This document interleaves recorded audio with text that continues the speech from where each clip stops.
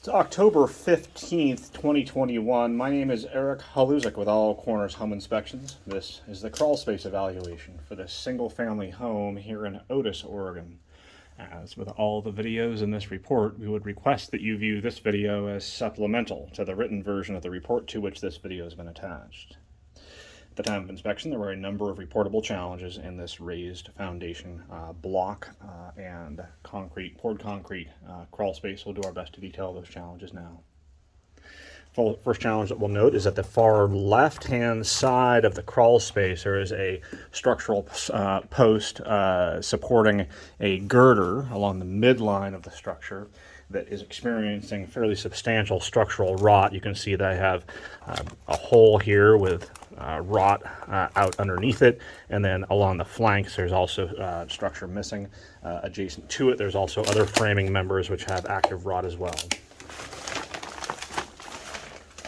There are widespread signs of wood-destroying insect activity in this block and concrete framed crawl space again. There are, again, signs of a bug that's called a powder post beetle, or a white powder post beetle. It's characterized by these, or you can locate them via these tiny ovular-shaped holes, which, when poked, create a powder-like substance. Let's see here if I can find a couple here. There's a couple here. They're along the sill plate and along a lot of the girders or joists at the underside of the structure.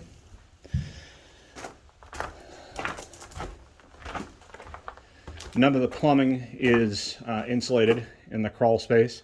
There are signs of rodent activity chew at the electrical wiring in the crawl space. We'd recommend the licensed electrical contractor evaluate this space to determine what sort of challenges might be necessary to remedy.